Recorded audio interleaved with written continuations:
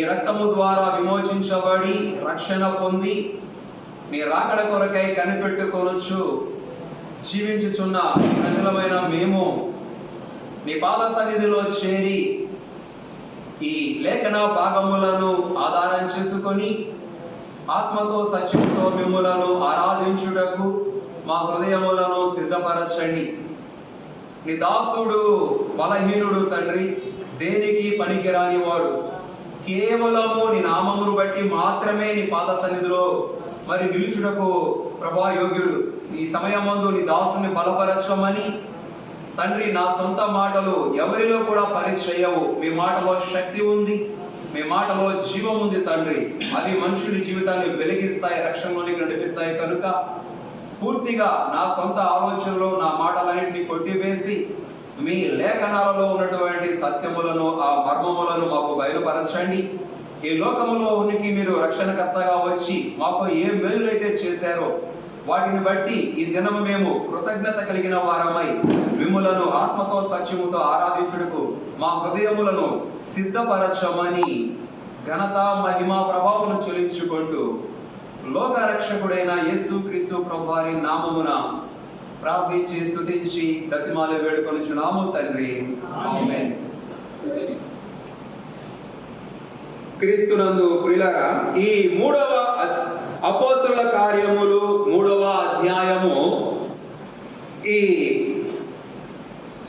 8, 9, 10 వచనాల్లో మనం చూసినట్లయితే ఇక్కడ పుట్టుకతోనే ఒక కుంటివాడు దేవాలయంలోనికి మోసుకొని రాబడుచు ఉన్నాడు. పుట్టుకతోనే ఎప్పటికీ ఎవరు కూడా ఆ వ్యక్తి జీవితాన్ని బాగు చేసినటువంటి వారు ఒకరు కూడా లేరు. కానీ అనుకోకుండా ఒకానొక దినమున పేతురు యోహానులు దేవాలయంలోకి వెళ్ళుచున్నప్పుడు ఈ కుంటివాడు కూడా అక్కడ ఉన్నాడు. ఎందుకు అక్కడ ఉన్నాడు అంటే అక్కడికి వచ్చేవారిని భిక్షం అడుక్కుంటూ అక్కడ ఉన్నాడు. అయితే అందరినీ అడిగినట్లుగానే పేతురు యోహాన్ని కూడా భిక్షం అడిగాడు. వెంటనే పేతురు యోహానులు అన్నారు, మా యొద్ద వెండి బంగారములు లేవు. ఇక్కడ కొన్ని సందర్భాలు రాయబడ్డాయి. ఏంటి అంటే వారి యందు లక్ష్యం ఉంచేను, తరువాత వారు మా దగ్గర ఏమీ లేవన్నట్లుగా, ఇలా కొన్ని సందర్భాలు అక్కడ రాయబడుతూ వచ్చాయి. ఇక్కడ సందర్భం ఏంటంటే పుట్టుకుంటివాడు, ఎవరు కూడా బాగు చేయలేనటువంటి వ్యక్తి. రెండవది, తన జీవిత కాలంలో ఎవరు కూడా సహాయం చేయలేకపోయారు. కానీ దేవుని సేవకులైనటువంటి పేతురు యోహానులు అక్కడికి వచ్చినప్పుడు వారిని భిక్షం అడిగినప్పుడు అక్కడ రాయబడింది వారి యందు లక్ష్యం ఉంచెను. అంటే అంతకుముందు ఎవరు కూడా అతనికి సహాయం చేయనట్లుగా కనబడుతూ ఉంది. అంతకుముందు ఎవరైనా సహాయం చేసి ఉంటే లక్ష్యం ఉంచాల్సిన అవసరం లేదు. కానీ ఎవరు సహాయం చేయనట్లుగా అక్కడ మనకు అర్థమవుతా ఉంది. వెంటనే పేతురు యోహానులు పలికారు, మా దగ్గర వెండి బంగారములు లేవు అన్నారు. ఈ మాటను బట్టి ఆ వ్యక్తి నిరాశ కూడా చెంది ఉండొచ్చు. ఎందుకు? రోజు ఆ వ్యక్తి పోషణ అక్కడ వచ్చేదాంతో మాత్రమే జరుగుతూ ఉంది. నిరాశ చెంది ఉండొచ్చు. కానీ వెంటనే వారు అన్నారు, నజరేయుడగు యేసుక్రీస్తు నామమున నీవు లేచి నడవమని చెప్పినప్పుడు వెంటనే ఆ వ్యక్తి ఎటువంటి ఆలోచన చేయకుండా వెంటనే ఆ నామమును బట్టి వెంటనే పైకి లేచాడు. ఇక్కడ మనం ఏం అర్థం చేసుకోవాలి అంటే, దేవుని యొక్క నామమును ఉచ్చరించినప్పుడు యేసుక్రీస్తు ప్రభువారి యొక్క నామములో ఉన్నటువంటి శక్తి ఆ వ్యక్తి యొక్క జీవితాన్ని బాగు చేసింది. మనము పుట్టుకతోనే పాపులం. ఈ వ్యక్తి పుట్టుకతోనే కుంటివాడు. ఇప్పుడు ఒక డాక్టర్ దగ్గరికి వెళ్ళి పుట్టు 2 కళ్ళు లేవనుకోండి, పుట్టుకతోనే లేకపోతే డాక్టర్ని కళ్ళు సెట్ చేయమని ఎవరి వల్ల కాదు. ఎంత అమెరికా స్పెషలిస్ట్ అయినా కూడా వల్ల కాదు. కళ్ళు ఉండి కళ్ళు పోతే సెట్ చేయడానికి అవకాశం ఉంది. కానీ పుట్టుక 2 కూడా కళ్ళు పోతే ఎవరి వల్ల కూడా కాదు. అంటే పుట్టుకతో వచ్చిన లోపాన్ని సరిదిద్దటం అనేది ఎవరి వలన కూడా కాదు. అలాగే ప్రతి మానవుడు కూడా పుట్టుకతోనే పాపి. అంటే ప్రతి మానవుడి జీవితంలో కూడా పాపం అనేది ఏలుతూనే ఉంది. అంటే పుట్టుకతో ఉన్న పాపాన్ని పోగొట్టుకోవడం అనేది ఎవరి వలన కూడా అది జరగదు. ఇక్కడ ఈ 8వ వచనంలో రాయబడింది, ఎప్పుడైతే దేవుని యొక్క శక్తిని పొందుకొని దైవ కార్యాన్ని తన జీవితంలో చూశాడో వెంటనే ఆ వ్యక్తి జీవితంలో ఒక మార్పు వచ్చేసింది. ఇక్కడ రాయబడింది 8వ వచనంలో, వాడు దిగ్గున లేచి ఎక్కడికి వెళ్ళిపోయాడు? ఇంటికి వెళ్ళలేదు. వాడు అరే నా కాళ్ళు ఇచ్చాడని చెప్పి పరిగెత్తుకుంటా వారి బంధువుల దగ్గరకో లేకపోతే స్నేహితుల దగ్గరకో ఆ చుట్టుపక్కల ఉన్న సమాజం వారి దగ్గరకో వెళ్ళి ఆ ఆనందాన్ని వ్యక్తపరచుకోలేదు. ఎక్కడికి వెళ్ళాడంటే కృతజ్ఞత కలిగిన వాడై ఎక్కడికి వచ్చాడంట? దేవాలయంలోనికి వచ్చాడు. ఇక్కడే మనకు ఆరాధన ఉంది. ఈ దేవాలయంలోనికి రాక మునుపు ఈ పుట్టివాడు ఎక్కడ ఉన్నాడు? ఇది మనకు ప్రాముఖ్యం. ఎక్కడ ఉన్నాడు? దేవాలయము వెలుపట, బయట ఉన్నాడు. ఇప్పుడు మన ఆరాధన అంశం ఏంటి అంటే వెలుపటి జీవితం. వెలుపటి జీవితం అనేది చాలా భయంకరమైనది. బైబిల్ గ్రంథము మనకు వెలుపటి జీవితాన్ని గురించి ఏం బోధిస్తూ ఉంది? ఈ పుంటివాడు వెలుపట ఉన్నంత కాలం వాడి జీవితంలో ఏ మార్పు లేదు. కానీ ప్రభు అయిన యేసుక్రీస్తు వారు దర్శించిన తరువాత, ఆయన పునరుద్ధారపు శక్తిని పొందుకొని వాడి జీవితం బాగుపడిన తరువాత, దేవాలయంలోనికి లేకపోతే క్రీస్తులోనికి ప్రవేశించిన తర్వాత వాడి స్థితి ఎలా మార్చబడింది? ఈరోజు పుట్టుకతోనే పాపులమైన మన జీవితము, ఒకప్పుడు క్రీస్తుకు వెలపట ఉన్నాం, ఇప్పుడు క్రీస్తు లోన ఉన్నాం. వెలపట ఉన్నప్పుడు మన జీవితం ఎలా ఉంది, లోన ఉన్నప్పుడు ఎలా ఉంది అనేటువంటి కొన్ని తలంపులు చూసుకొని మనం ప్రభుని ఆరాధించుకున్నాం. ఇక్కడ ఆ గుడ్డివాడు దేవుడు చేసినటువంటి ఆశ్చర్య కార్యాన్ని లోకంలోకి తీసుకువెళ్ళలేదు, బంధువుల దగ్గరికి తీసుకువెళ్ళలేదు, స్నేహితుల దగ్గరికి వెళ్ళలేదు. కానీ వెంటనే కృతజ్ఞత కలిగిన వాడే దేవుని సన్నిధికి పరుగులెత్తడం ప్రారంభించాడు. చూడండి, రాయబడింది 8, వాడు దిగ్గున లేచి నిలిచి నడిచెను, నడుచుచు గంతులు వేయుచు దేవుని స్తుతించుచు వారితో కూడా దేవాలయంలోనికి వెళ్ళును. దేవుణ్ణి స్తుతించడానికి ఎక్కడికి వచ్చాడు? దేవాలయంలోకి వచ్చాడు. ఒకటి. రెండోది ఎలా వచ్చాడు? గంతులు వేస్తూ. ఎందుకంటే ఏ స్థితిలో, ఏ పాపం లేక ఏ స్థితిలో పడిపోయి ఉన్నాడు ఆ స్థితి నుంచి దేవుడు విడిపించాడు. కాబట్టి దేవుడు ఇచ్చినటువంటి లేకపోతే చేసినటువంటి ఆ కార్యాన్ని బట్టి గంతులు వేస్తూ ఏం చేశాడంట? స్తుతించుచు దేవాలయంలో పరుగులెత్తాడు. నేను దరిదాపుగా ఒక 70-80 సంఘాలకు వెళ్ళి ఉంటా. ఆరాధన చేసేటప్పుడు ఎలా ఉంది అంటే ప్రేమ గల పరలోకపు తండ్రి అంటారు. అంతే. ఎక్కడెక్కడో ఉంటుంది స్వరం, ఎక్కడెక్కడో ఉంటుంది గొంతుల స్వరం. చేసే ఆరాధన పక్క వ్యక్తికి కూడా వినపడదు, కనీసం ఆమెను చెప్పడానికి సేవకుడు కూడా వినపడదు. కానీ ఇక్కడ దేవుడు చేసినటువంటి ఆ కార్యాన్ని ఎలా చేస్తున్నాడంట? గంతులు వేస్తున్నాడు. ఏ యేసు నామములో తన జీవితాన్ని బాగుపరుచుకున్నాడో ఆ యేసు నామాన్ని బట్టి గంతులు వేస్తూ దైవనామాన్ని మహిమపరుస్తూ దేవాలయంలోనికి ప్రవేశించాడు. నువ్వు చేసే ఆరాధన చేతకాని వాడు కూడా నేర్చుకోవాలి. మొదట నువ్వు చేస్తా ఉంటే పక్కన వాడికే వినపడదు. ఎందుకని? ఇక్కడ చూడండి, ఒక కుంటివాడు జీవితం ఎంత కృతజ్ఞత. తిరిగి లోకంలో కలిసిపోలేదు, బంధువుల దగ్గరికి వెళ్ళలేదు, స్నేహితుల దగ్గరికి వెళ్ళలేదు, బయట ఉన్నటువంటి వారి దగ్గరికి ఎవరి దగ్గరికి వెళ్ళలేదు. కానీ మొట్టమొదటిగా తన జీవితాన్ని బాగు చేసినటువంటి ప్రభు దగ్గరికి వచ్చాడు. ఆ దేవాలయంలోకి వస్తూ గంతులు వేశాడు. ఒకప్పుడు 2 కాళ్ళు లేవు, ఆ కాళ్ళతో గంతులు వేస్తూ కాళ్ళతో స్తుతించాడు, నోటితో స్తుతించాడు. వాడు స్తుతించడం అంట అక్కడ ఉన్న ప్రజలు చూడండి, ఆ మాట చదవండి. దేవుణ్ణి స్తుతించుచు వారితో కూడా దేవాలయంలోనికి వెళ్ళెను, వాడు నడుచుచు దేవుని స్తుతించుట ఎవరు చూశారంట? అందరూ చూశారంట దేవుని స్తుతించడం. కానీ మనం చేస్తే పక్కవాడికి కూడా వినపడదు. ఎందుకో మరి దేవుడికి అటువంటి ఆరాధన మహిమ రావు. మనం చేసే ఆరాధన ఎడగొడితే స్పీకర్ కూడా పగిలిపోవాలన్నమాట. అట్టుండాలి. గడ సైతాను కోటలు కోరాలి. వాడు గంతులు వేస్తూ దేవుని స్తుతిస్తూ ఉంటే అక్కడ ఉన్న ప్రజలందరూ చూసేశారంట ఆ స్థుతిని అందరూ చూసేశారంట. ఎంత మహిమపరిచి ఉంటాడు ప్రభువుని, ఎంత ఘనపరిచి ఉంటాడు. ఇంకా ఏం రాయబడింది అక్కడ? ప్రజలందరూ చూచి శృంగారమును దేవాలయపు ద్వారము వద్ద భిక్షము కొరకు అడుక్కునేవాడు కదా. ఇప్పుడు అడుక్కునేవాడు కదా. ఏంటి ఈరోజు దేవాలయంలోకి వచ్చి ఏంటి ఇంత గంతులు వేస్తూ దేవుని స్తుతిస్తున్నాడు? దేవుడు ఏం చేశాడు అసలు వీడి జీవితంలో కార్యం? దాన్ని బట్టి ఇంకొక వ్యక్తి మారిపోతాడు, దాన్ని బట్టి ఇంకొక వ్యక్తి రక్షణలోనికి వస్తాడు. అందరికి ఆశ్చర్యం వేసింది. శృంగారమును దేవాలయపు ద్వారము వద్ద భిక్షం అడుక్కునేవాడు వీడే కదా అని చూసి ఏమన్నారంటే వాళ్ళు అని గుర్తెరిగి వానికి జరిగిన దానిని చూచి విస్మయముతో నుండి పరవశులైరి. ఒక మాట చెప్పాలంటే పరవశించిపోయారంట దేవుడు చేసిన కార్యాన్ని బట్టి.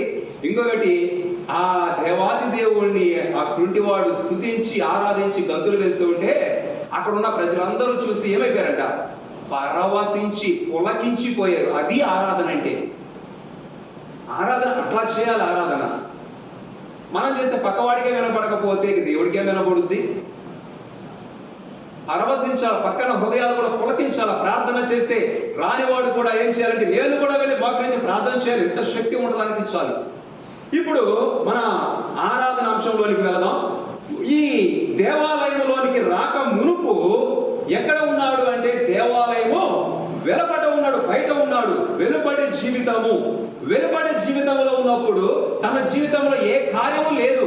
కానీ ప్రభు అయినటువంటి యేసుక్రీస్తు వారు ఆ వ్యక్తి జీవితాన్ని బాగు చేసినప్పుడు దేవాలయంలోనికి వచ్చినప్పుడు తన స్థితి మార్చబడింది. ఇప్పుడు వెలుపడి జీవితం అంటే ఏంటి, అది ఎలా ఉంటుందో మనం చూద్దామా. ఆదికాండము 24వ అధ్యాయము 31వ వచనం. వెలుపటి జీవితం ఎవరైనా తీస్తే చదవండి. ఆదికాండము 24వ అధ్యాయము 31వ వచనం. లాబాను యెహోవా వలన ఆశీర్వదింపబడిన వాడా లోపలికి రమ్ము, నీవు బయట. వెలుపట అనే దానికి మరొక పేరు ఉంది. ఏంటిది? వెలుపట ప్రాంతానికి మరొక పేరు ఉంది. ఏంటి పేరు? బయట అన్నాడు. ఇక్కడ ఏం రాయబడింది? యెహోవా వలన ఆశీర్వదింపబడిన వాడా నీవు బయట నిలువనేలా. ఎందుకు బయట ఉంటావు? బయట ఆశీర్వాదం లేదు. ఇక్కడ ఉంటివాడు బయట ఉన్నంతకాలం ఆశీర్వాదం లేదు. అందుకే కదా ఏదేను తోటలో ఆదాము హవ్వలు ఉన్నంతకాలం ఆశీర్వాదం ఉంది. కానీ ఆ తోటలో నుంచి ఎప్పుడైతే బయటికి వెళ్ళగొట్టబడ్డారో ఆశీర్వాదం కోల్పోయారు. ఇప్పుడు వెళ్ళగొట్టబడినటువంటి మానవుడిని తిరిగి మరలా దేవుడి దగ్గరికి చేర్చుకోవాలి అంటే ఇప్పుడు ఏం చేయాలి? ఆ మానవుడు దేవుడి దగ్గరికి నడిపించబడాలి. యెహోవా వలన మనము ఆశీర్వదించబడాలి అంటే మన జీవితాల్లో యేసుక్రీస్తు ప్రభువారు తప్పకుండా ఉండాలి. యేసుక్రీస్తు ప్రభువారు మన జీవితంలో లేకుండా, ఆయన శిలువ కార్యము మన జీవితంలో జరగకుండా యెహోవా దేవుడి ద్వారా మనం ఆశీర్వదించబడలేము. అందుకే తండ్రి అయిన దేవుడు యేసుక్రీస్తు ప్రభువారిని లోకానికి పంపించారు. నైనా నేను మానవులను మాగానే సృజించాను, నీతిమంతులుగానే సృజించాను, యథార్థపరులుగానే చేశాను. కానీ ప్రసంగి ఉంటది ఏమని, వీరు వివిధ తంత్రములు కల్పించుకొని పాడైపోయారు మానవులంతా. నాకు దూరమైపోయిన ఈ మానవ జాతిని ఇదిగో వెలుపడున్నారు. నాకు ఆశీర్వాదాన్ని కోల్పోయి శాపగ్రస్తులుగా ఉన్నారు వీళ్ళు, క్రీస్తుకు దూరమై. వీళ్ళందరూ కూడా ఆశీర్వాదించబడాలి. మరలా మొదట నేను ఆశీర్వదించాను, పాపం చేసి శాపగ్రస్తులై నాకు దూరం అయిపోయి వెలుపడి జీవితాలు జీవిస్తున్నారు. నాకు దూరం అయిపోయినటువంటి మానవులందరినీ కూడా తిరిగి నీలో ఆశీర్వదించాలని నేను నేను ఆశపడుతున్నా. అందుకే మరి మనకు తెలుసు యెషయా 53 ఏముంటుంది? దేవుని చిత్తమును యేసుక్రీస్తు ప్రభువారు ఏం చేశారంటే సంపూర్ణంగా నెరవేర్చాడు. ఏంటి సంపూర్ణంగా నెరవేర్చడం అంటే, దేవునికి దూరమైపోయి వెలుపడి జీవితాలను జీవిస్తూ శాపగ్రస్తులై పతనమైపోయినటువంటి మానవులందరినీ కూడా యేసు క్రీస్తులో ఆశీర్వదించటానికి తండ్రి అయిన దేవుడు ఇష్టపడ్డాడు, కృప చూపాడు. అందుకే యెహోవా వలన మనకు ఆశీర్వాదం, తండ్రి అయిన దేవుని వలన మనకు ఆశీర్వాదం కావాలి అంటే మన వెలుపడి జీవితాలను యేసు క్రీస్తులో దేవుని దగ్గరికి నడిపించుకోవాలి. ఇంతకు ముందు మన జీవితాలు ఎలా ఉన్నాయి? క్రీస్తు రక్తంలో కడగక మునుపు అంటే ఆశీర్వాదం లేదు. మన జీవితంలో ఆశీర్వాదం లేదు. ఎందుకంటే దేవునికి దూరమై శాపగ్రస్తమైపోయినాం లోకంలో. అందుకే లోకాన్ని కూడా తనలోనికి ఆహ్వానిస్తున్నాడు దేవుడు. మీరు లోకంలో ఉండొద్దు, వెలుపడి జీవితాలు ఉండొద్దు, అవి శాపగ్రస్తమైన జీవితాలు. క్రీస్తులోనికి రమ్మని దేవుడు ఆహ్వానిస్తున్నాడు. కాబట్టి మొట్టమొదటిగా నేను అందరికి అర్థమయ్యే విధంగా స్పష్టంగా చెప్తాను. ఎందుకు మనం మొట్టమొదటిగా ఆ వెలుపడి జీవితం ఎందుకు ఆయన ఆరాధించాలి అంటే, యేసుక్రీస్తు ప్రభువులో ఆయనతో మన జీవితము అంటుకట్టబడక మునుపు మన జీవితాలన్నీ కూడా శాపగ్రస్తమైన జీవితాలు, వెలుపడి జీవితాలు. అటువంటి జీవితము జీవించడం దేవునికి ఏ మాత్రం కూడా ఇష్టం లేదు. తన కుమారుని లోకానికి పంపించి ఆయన ద్వారా దేవునికి దూరమై వెలుపడిగా ఆ నాశనంలో లేకపోతే ఆ యొక్క శాపగ్రస్తమైనటువంటి జీవితాన్ని విడిపించి తిరిగి క్రీస్తులో మనలను ఆశీర్వదించడానికి పిలిచాడు. అందుకే యెహోవా వలన ఆశీర్వదించబడిన వాడు ఎక్కడ ఉంటాడు? లోపల ఉంటాడు. ఆశీర్వదించబడినవాడు బయట ఉంటాడు. ఫర్ ఎగ్జాంపుల్ నేను 2 ఉదాహరణలు చెప్తాను. బైబిల్ గ్రంథంలో వెలుపట అనే మాట సందర్భోచితంగా రాయబడి ఉంది. ఇప్పుడు ఒక ఇల్లు ఉంది అనుకుందాం. ఆ ఇల్లు కాలిపోతా ఉంది. ఎవరైనా ఇంట్లో ఉంటారా? ఉంటే ఏమవుతారు? చచ్చిపోతారు. పాపంలో నిలిచి ఉన్న ప్రతి ఒక్కరిని కూడా పాపం కాల్చేస్తుంది. ఒకరోజు దేవుని ఉగ్రతకు అప్పగిస్తుంది, ఉగ్రతలు కాలిపోవాల్సిందే. అందుకే చెప్పాడు కొన్ని విషయాలు మనం బయటికి రావాలి, వచ్చేయాలి, వెలుపలికి వచ్చేయాలి. ఇల్లు కాలిపోతున్నప్పుడు ఆ ఇంట్లో నేను ఉంటాను అంటే ఎవరో ఉండరు, ఇష్టపడరు. ఉంటాను అంటే ఇక అది మరణానికి దారి తీస్తుంది. రెండవది, భయంకరమైన వర్షం కురుస్తూ ఉంది బయట, ఎవరైనా ఉండడానికి ఇష్టపడతారా? పరిగెత్తుకుంటూ లోనికి వస్తారు. బైబిల్ గ్రంథము సందర్భోచితంగా మాట్లాడుతుంది. మొట్టమొదటిగా ఎందుకు మనము ఆ శాపగ్రస్తులమైన మనలను దేవుడు ఎక్కడ ఆశీర్వదించాలనుకున్నాడు? యేసు క్రీస్తు ప్రభువులో ఆశీర్వదించాలనుకున్నాడు. ఎందుకంటే మానవ జీవితాలన్నీ కూడా దేవునికి దూరం అయిపోయి వెలుపల ఉన్నాయి, దేవునికి వెలుపట ఉన్నాయి. ఇప్పుడు అందరినీ క్రీస్తులోనికి ఆహ్వానించి ఆయన క్రీస్తులో ఆశీర్వదిస్తున్నాడు. తండ్రి అయిన దేవుని ఆశీర్వాదము మనం కావాలి అంటే ఒకటి, మనం ఎక్కడ ఉండాలి? లోపట క్రీస్తులో ఉండాలి. ఇప్పుడు క్రీస్తులో ఉంచాడు కనుక ఆరాధించడానికి మనము ఈ స్థలానికి వచ్చి ఉన్నాం. ఇకపోతే రెండవది, మత్తయి సువార్త 25వ అధ్యాయము 30వ వచనాన్ని చదువుకుందాం. మత్తయి సువార్త, వెలుపడి జీవితం అనేది చాలా ప్రమాదకరమైన జీవితం. 25వ అధ్యాయము 30వ వచనం. మరియు వెలుపటి చీకటిలోని త్రోసివేయండి. వెలుపట ఏముంది? వెలుపట అంటే లోకం అనేది ఎక్కడుంది? లోకం అనేది ఎక్కడుంది? చీకటిలో ఉంది. లోకం అనేది ఎక్కడ ఉంది అంటే చీకటిలో ఉంది. చీకటిలో ఉన్న వారికి అక్కడ రాయబడి చదువుకుంటే అది తీర్పుకి లోనైనటువంటి జీవితాలు. అవన్నీ కూడా తీర్పుకి లోనైనటువంటి జీవితాలు. రెండవదిగా, మరి చీకటి దేనికి గుర్తు? చీకటి దేనికి గుర్తు? పాపానికి గుర్తుగా ఉంది. పాపము తీర్పుకు గుర్తుగా ఉంది. మానవ జీవితాలన్నీ కూడా ఇప్పుడు ఎక్కడ ఉన్నాయి అంటే తీర్పుకు లోనై ఉన్నాయి, పాపము కింద ఉన్నాయి, లోకములో ఉన్నాయి. అందుకే దేవుడు అన్నాడు, ఆ పనికి మాలిన దాసుని కాళ్ళు చేతులు కట్టి వెలుపడి చీకట్లో పడేసేయండి, వాడిని వెలుపల పంపించేసేయండి. నేను అవకాశం ఇచ్చాను వారికి. ఆ వెలుపలలో నుంచి, ఆ చీకట్లో నుంచి వెలుగులోనికి రమ్మని వారిని నేను ఆహ్వానించాను. కానీ నా ఆహ్వానాన్ని ఎవరు కూడా ఆహ్వానానికి లోపడలేదు. దేవుడు ఎన్నోసార్లు హెచ్చరికలు చేస్తాడు, కానీ వినాలి. విన్న తర్వాత వెలుపడి జీవితాన్ని విడిచిపెట్టాలి. వెలుపడి జీవితాన్ని విడిచిపెడితే నీకు లోనికి ఆహ్వానం ఉంది, రెండవది ఆశీర్వాదం ఉంది. ఇక్కడ చూస్తే ఆ వెలుపడి ఏముంది? చీకటి ఉంది, లేకపోతే తీర్పుకు లోనైంది. లోకంలో చీకటి ఉంది. లోకమంతా కూడా ఇప్పుడు దేవుని ఉగ్రత కింద నిలిచి ఉంది. తీర్పుకు లోనైనటువంటి జీవితాలు మనవి. దేవుని యొక్క తీర్పులో నుండి మనం తప్పించబడాలి అంటే మనం ఎక్కడికి రావాలి? ఇప్పుడు లోనికి రావాలి, లేదా యేసుక్రీస్తు ప్రభువులోనికి రావాలి. ఆయన ఆహ్వానిస్తున్నాడు అందరినీ, ఏ భేదము లేదు, అందరినీ ఆహ్వానిస్తున్నాడు, అందరినీ పిలుస్తున్నాడు ఆయన. రెండవదిగా, మనం ఆయన ఎందుకు ఆరాధన చేయాలంటే, ప్రభువా నేను నీలో లేనప్పుడు నా జీవితము వెలుపట చీకటిలోనే ఉంది, కానీ ఆ చీకటి బ్రతుకును మార్చినటువంటి గొప్ప దేవుడవు నీవు. ఈరోజు ఆ చీకటిని బ్రతుకును బట్టి నేను తీర్పులోనికి వెళ్లకుండా నాశనాన్ని తప్పించుకొని ఈరోజు దేవుని ఉగ్రత లేకుండా నీ సన్నిధిలో ఎంతో సంతోషాన్ని నేను అనుభవిస్తున్నాను అని ఆరాధన చేయాలి. నేను చాలా ఉన్నాయి కనుక కొంచెం క్లుప్తంగా చెప్తాను. ఇప్పటికీ ఎన్ని చెప్పాను? 2. ఏమిటి 2 చెప్పాను. లేకపోతే మొట్టమొదటిగా మనము వెలుపటి జీవితం. మన అంశం ఏంటి? వెలుపటి జీవితం చాలా ప్రమాదకరం. కాబట్టి మొట్టమొదటిగా మనం వెలుపల ఉన్నాం, ఆశీర్వాదం లేదు, మన జీవితంలో శాపగ్రస్తులమై ఉన్నాం. దేవుడు ఏం చేశాడు? లోపలికి రమ్మని పిలుస్తున్నాడు, ఆహ్వానిస్తున్నాడు. ఆయన యెహోవా నీకు ఆశీర్వాదం కావాలంటే వచ్చే లోనికి ఆహ్వానించాడు, ఆశీర్వదించాడు. రెండవదిగా చూస్తే వెలుపటి జీవితంలో ఏముంది? చీకటి ఉంది. అది తీర్పులోనైనటువంటి బ్రతుకు. అది ఆ చీకటిలో నుంచి, ఆ తీర్పులో నుంచి దేవుడు ఏం చేశాడు అంటే వాటిని తప్పించి ఆయన క్రీస్తులోనికి మనం నడిపించాడు. ఇక మూడవదిగా పోతే చూడండి, మరి లూకాసు వార్త 15వ అధ్యాయము 28వ వచనం.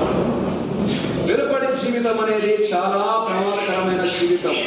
లూకాసు వార్త 15వ అధ్యాయము 28వ వచనం. అయితే అతడు కోపపడి లోపలికి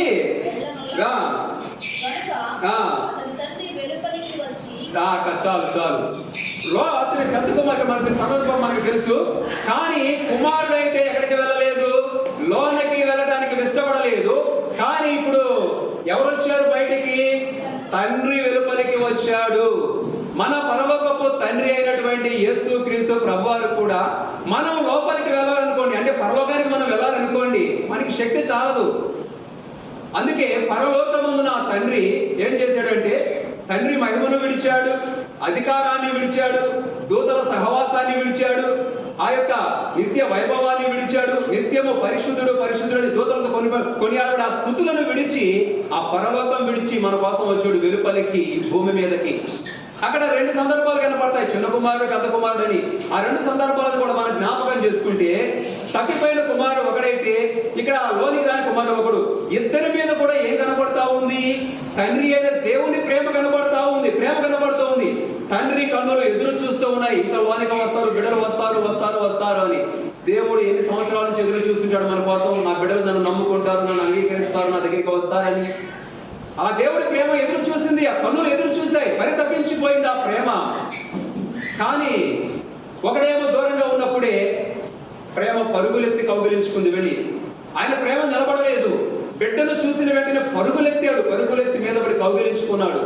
పరలోకంలో ఉన్న దేవుడు పరుగులు తీసాడు పాపి దగ్గరికి ప్రేమతోటి. అందుకే రాయబడింది యోహాను 3:16, దేవుడు లోకమును ఎంతో ప్రేమించినని. లోకంలో గొప్పతనం నుండి ప్రేమించాలా, అందరూ పాపులని. ఆ ప్రేమ పరలోకంలో నిలబడి లేదండి, పరుగులెత్తించింది పాపి దగ్గరకి. ఆ ప్రేమ ద్వారానే ఒకడు దూరంగా ఉన్న పరుగులెత్తి ప్రేమ కౌగిలించుకుంది, ఇంకొకడు రాకపోయినా వెలుపలికి వచ్చి ప్రతిమాలుతుంది, వచ్చేయి, నువ్వు వెలుపడుంటే నీకు ప్రమాదం, వచ్చే లోనకు వచ్చేయమని తండ్రి ప్రేమ ప్రతిమాలుతుంది. మూడవదిగా మనం ఎందుకు ఆరాధన చేయాలి ఆయన్ని?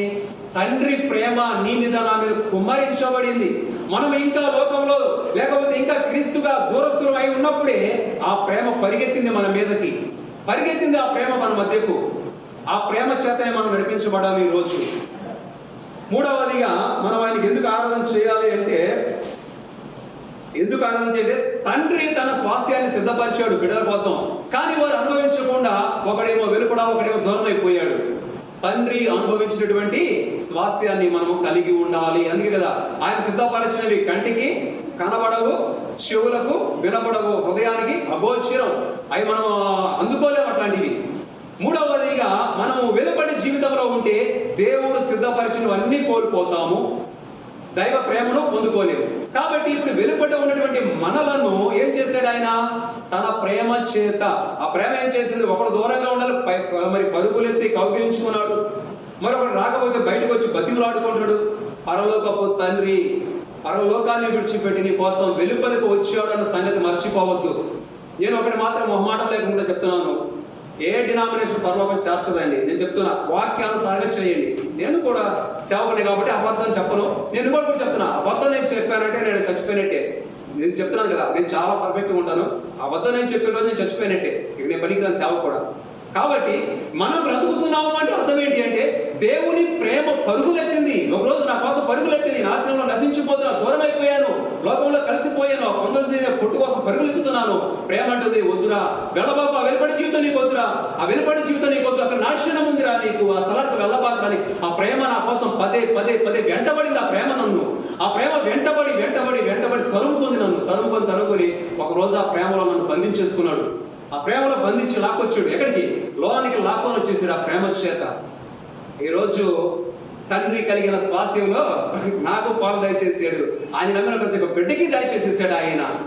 ఎందుకంటే ఆ స్వాస్థ్యాన్ని మనం పొందుకోవాలి అంటే ఎక్కడికి రావాలి? మనము క్రీస్తులోనికి రావాలి, క్రీస్తులోనికి రావాలి. ఇది మూడవది. ఇక నాలుగవది చూస్తే వెలుపటి జీవితం చూడండి ఎలా ఉంటుందో.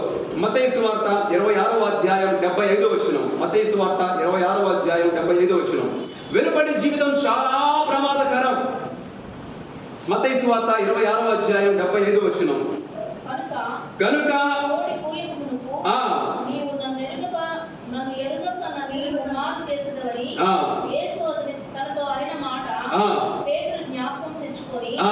ఎక్కడికి వెళ్ళిపోయాడు? వెలుపలికి వెళ్ళిపోయాడు. ఎవరిని? ప్రభువును విడిచిపెట్టి వెలుపలికి వెళ్ళిపోయాడు. కారణం ఏంటి? యేసును ఎరగను. అది వెలుపడి జీవితం అనేది ఏంటి? దేన్ని చూపిస్తుంది? యేసయ్యను ఎరగని జీవితాన్ని చూపిస్తుంది వెలుపడి జీవితం. అంటే ఒకప్పుడు మనము యేసయ్యని ఎరిగినటువంటి జీవితంలో, యేసయ్యని నమ్మనటువంటి జీవిత స్థితిలో మనం ఉన్నాం. అంతవరకు అంతేకాదు, అక్కడ చాలా రాయబడ్డాయి. ఒకటి ఏమన్నాడు? వంకాడు. రెండోది శపించుకున్నాడు. మూడోది ఒట్టు పెట్టుకున్నాడు. రకరకాలైన. చివరికి ఏం చేశాడు అంటే వెలుపలికి వెళ్ళిపోయాడు. క్రీస్తుకు దూరం అయిపోయాడు. క్రీస్తుని ఎరుగని స్థితిలో ఉండిపోయాడు. నాలుగవదిగా వెలుపలి జీవితం అంటే అర్థం ఏంటి అంటే మనము క్రీస్తుని ఎరుగనటువంటి స్థితిలో, దూరమైనటువంటి స్థితిలో ఉన్నాం. నిజమే ప్రభువా, నీవు ఈ లోకానికి వచ్చి 2024 సంవత్సరాలు కావస్తుంది, ఇంకను నిన్ను ఎరగని స్థితిలోనే జీవిస్తూ ఉన్నా. ఒకరోజు నీ వాక్యం ద్వారా నన్ను దర్శించావు. ఇదిగో నన్ను పిలుచుకున్నావు. ఆ వెలుపడి జీవితంలో నుంచి నన్ను కూడా నీవు లోపలికి ఆహ్వానించుకున్నావు. ఒక్క యోహాను మాత్రమే అక్కడ ఉన్నాడు ఆయన దగ్గర, ఎవరు లేరు. ఇంకా చూడండి, క్రీస్తు శిలువ చెంతకు నన్ను చేర్చావు. నేను ఎందుకు ఆరాధించాలంటే క్రీస్తు శిలువ చెంతకి నన్ను చేర్చావు. నువ్వు వెలుపడ నిన్ను ఎరగకుండా లోకంలో నాకు ఇష్టానుసారంగా జీవిస్తూ ఉన్నా, నాకు ఇష్టం వచ్చినట్లుగా. కానీ ఈ దినమున నేను క్రీస్తు శిలువ చెంతకు చేరగలిగాను అంటే ఆ గొప్ప భాగ్యము నీవిచ్చిందే. ఆ వెలుపడి జీవితం నుంచి విడిపించావు కాబట్టి ఈరోజు నేను గొప్ప రక్షణ కలిగి ఉన్నాను. గొప్ప రక్షకుడిని కూడా నేను కలిగి ఉన్నాను. ఇకపోతే ఇప్పుడు ఎన్ని చెప్పాను? 4. 5వది మత్తయి సువార్త 22వ అధ్యాయము 11, 13. మత్తయి సువార్త 22వ అధ్యాయము 11వ వచనము. రాజు కూర్చున్న వారిని చూడవచ్చి ఒకరిని చూచి, స్నేహితుడా, పెండ్లి వస్త్రము లేక ఇక్కడికి ఎలా వచ్చావు?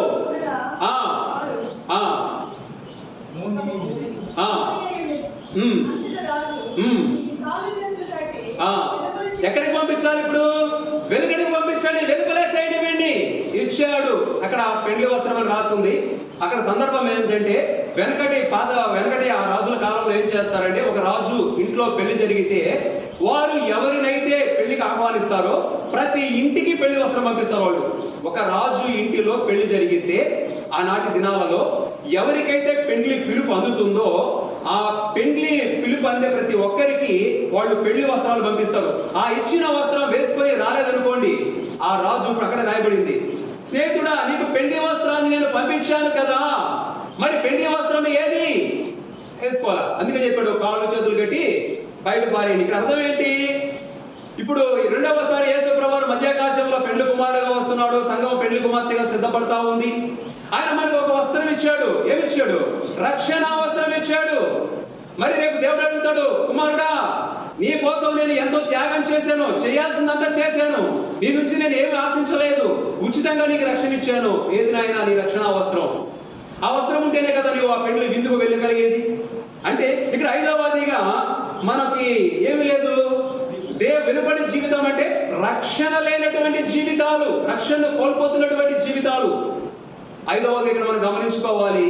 ఆ పెండ్లి విందుకి మనం అర్హులముగా, యోగ్యులముగా ఉండాలి అంటే 5వదిగా దేవుడు మనకు ఉచితముగా, మనము కష్టపడకుండా, ఏమీ చేయకుండా ఆయనే ప్రాణత్యాగం చేసి సమస్తము ఆయన మన కొరకు సిద్ధపరచి రక్షణ ఉచితంగా ఇచ్చిపోయాడు ఆయన. ఆ ఉచితమైన రక్షణను మనం పొందుకోకుండా ఉంటే, ఇంకా వెలుపడే జీవితాన్ని కలిగి ఉంటే ఆ పెండ్లి విందుకి మనము యోగ్యులము కాదు. ఎందుకు అంటే బైబిల్ గ్రంథంలో కొన్ని ప్రాముఖ్యమైన మాటలు ఉంటాయి. వధింపబడిన గొర్రెపిల్ల విందు. ఈ విందులో ఎవరైతే పాలు పొందుతారో వాళ్ళకే ఆ విందులో యోగ్యత, అర్హత. ఈ విందులో పాలు ఎవరికైతే లేదో అక్కడ వారికి అస్సలు ఉండదు కూడా ఉండదు. ఎందుకంటే మొదటి ప్రాధాన్యత ఇక్కడే. ఈ విందును బట్టి నీకు అక్కడ ఇచ్చేది. అందుకని ఏం చేశాడు అంటే సమస్త ప్రజలను కూడా రక్షణ సిద్ధపరచి రెండవసారి ఆయన వచ్చేటప్పుడు ఆయన రక్షణను అలంకరించుకొని పెండ్లి కుమార్తె వలె, పవిత్రమైన కన్యక వలె సంఘము సిద్ధపడి పవిత్రమైన ప్రభువును ఎదుర్కొంటూ ఉంటే ఆ మహిమను చూచి పరలోకంలో మధ్యాకాశంలో ప్రభువు పరవశించిపోతాడు. ప్రభువా, ఒకప్పుడు నా జీవితము పాపములో నిలైపోయింది, నీవిచ్చిన రక్షణను బట్టి ఈరోజు ఇదిగో ఈ మహిమతో నింపబడి నీ రాకడ వరకు నువ్వు సిద్ధపరిచే విందు వరకు నేను సిద్ధంగా ఉన్నాను. మనల్ని బట్టి ఆయన ఏం చేస్తాడంటే మధ్యాకాశంలో పరవశించిపోతాడు దేవుడు, సంఘము కలిగి ఉన్న మహిమను బట్టి. ఇక్కడ 5వదిగా చూస్తే వెలుపడి జీవితం అనేది రక్షణ లేని వారికి సాదృశ్యంగా ఉంది. కాబట్టి ఒకప్పుడు మన జీవితం కూడా వెలుపలే ఉంది, రక్షణ లేకుండా, క్రీస్తుకు దూరంగా, ఆయన రక్తానికి దూరంగా, ఆ పరలోకానికి దూరంగా, ఆ విందుకు దూరంగా. కానీ వాటన్నిటి నుంచి విడిపించని ఏం చేసినట్టే ఆ రక్షణ వస్త్రాన్ని మనకు ధరింపచేసి ఆ పరలోకపు ఆ వెలుపడి జీవితం నుంచి విడిపించేసాడు ఆయన. ఇది 5వది. 6వది చూస్తే మార్కు సువార్త 7వ అధ్యాయము 15వ వచనము చదువుకుందాం.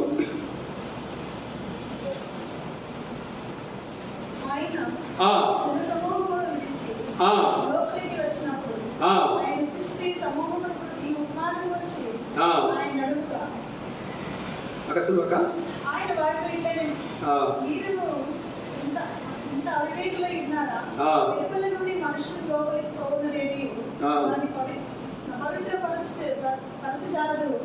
లోపలి నుండి అక్కడ రాయబడింది బయటికి వచ్చేవి, వెలుపలికి వచ్చేవి కొన్ని ఉంటాయి. ఏంటి? మనిషి హృదయంలోవి.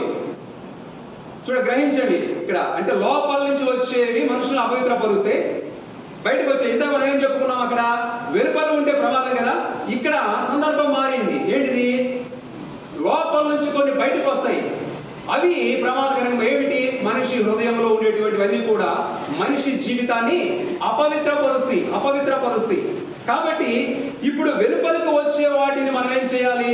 జాగ్రత్తగా చూసుకోవాలి. అంటే బయట వెలుపడి జీవితాన్ని జీవించాము, ఇప్పుడు దేవుని దగ్గర కూడా ఆ వెలుపడి జీవితం అనేది కొనసాగకూడదు. ప్రభువా, ఒకప్పుడు అక్కడ జీవితాన్ని జీవించాను, నిజమే, వాస్తవమే, నా మాటలు సరిలేదు, నా ప్రవర్తన సరిలేదు, ఇక్కడైతే ఇప్పుడు అన్ని సరిచేతపడ్డాను. కారణం ఏంటంటే నీవు ఇచ్చిన వాక్యాన్ని బట్టి, నీ ప్రేమను బట్టి నువ్వు నన్ను సరిదిద్దుతూ ఉన్నావు. అపవిత్రమైన వెలుపడి జీవితం అనేది మనిషిని ఎప్పుడు కూడా అపవిత్రపరుస్తూనే ఉంది. ఆ జీవితాన్ని ఇక్కడ కొనసాగించడానికి దేవుడు ఇష్టపడడు. కాబట్టి హృదయంలో నుంచి బయటకు వస్తాయి, కొన్ని వెలుపడికి వచ్చేస్తాయి, అవి మనిషిని అపవిత్రపరుస్తాయి.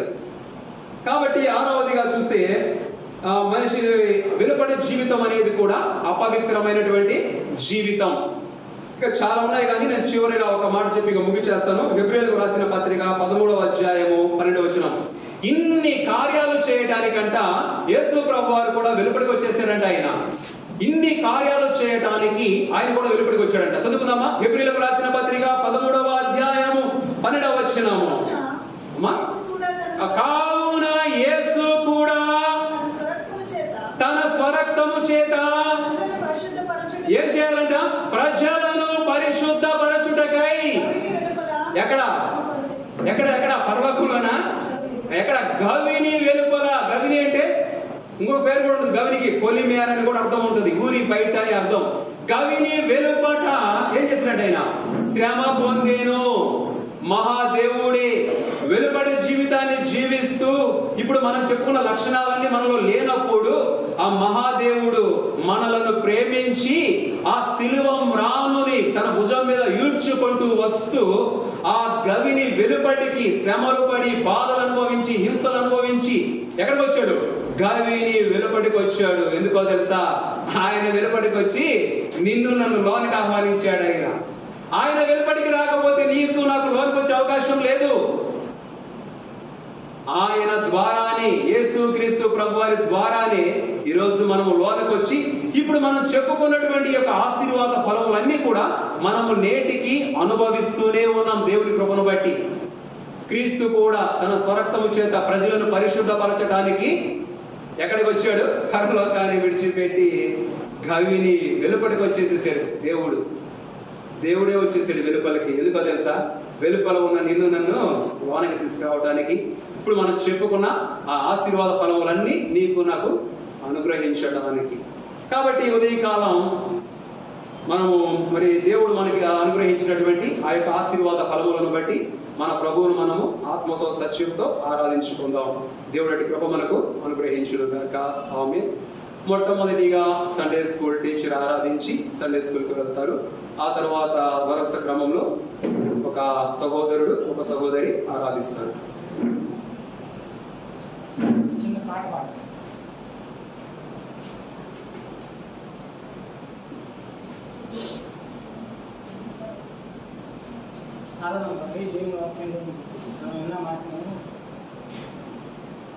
చిన్న పాట పాడదాం.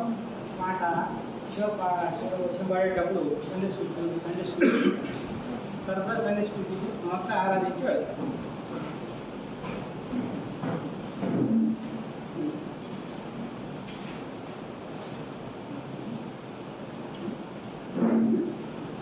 సరే. సియోను గీతాల్లో నుండి 615 కొత్త పాఠ పుస్తకాలలో నా సంకట దుఃఖములెల్లా తీరిపోయిన. పాత పాటల పుస్తకాలలో 602 మొదటి చరణం చివరి చరణం. ఈ పాటలో అంతా మనం పాడుకోం కానీ పల్లవి మొదటి చరణం చివరి చరణం పాడేటప్పుడు సండే స్కూల్కి వెళ్తాం. నా సంకట దుఃఖములెల్లా తీరిపోయేగా, నశింపజేయు దుఃఖాలను దాటిపోయేను. నశింపజేయు దుఃఖాలను దాటిపోయేను. విలువైన గొర్రె పిల్ల రక్తము ద్వారా, విలువైన గొర్రె పిల్ల రక్తము ద్వారా కలిగియున్న రక్షణలో సాగియుంటిని, కలిగియున్న రక్షణలో సాగియుంటిని. నా సంకట దుఃఖములెల్లా తీరిపోయేగా, నశింపజేయు దూతలను దాటిపోయేను. నశింపజేయు దూతలను దాటిపోయేను. నా యేసు ప్రభువే నా బలము గణము, నా యేసు ప్రభువే నా బలము గణము, నా యేసు ప్రభువే నా రక్షణ. హల్లెలూయా. నా యేసు ప్రభువే నా రక్షణ. హల్లెలూయా. నా సంకట దుఃఖములెల్లా తీరిపోయేగా, నశింపజేయు దూతలను దాటిపోయేను.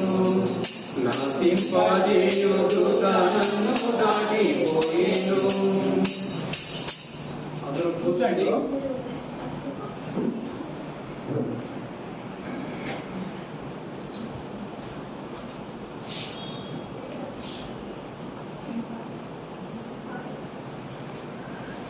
ఏంటి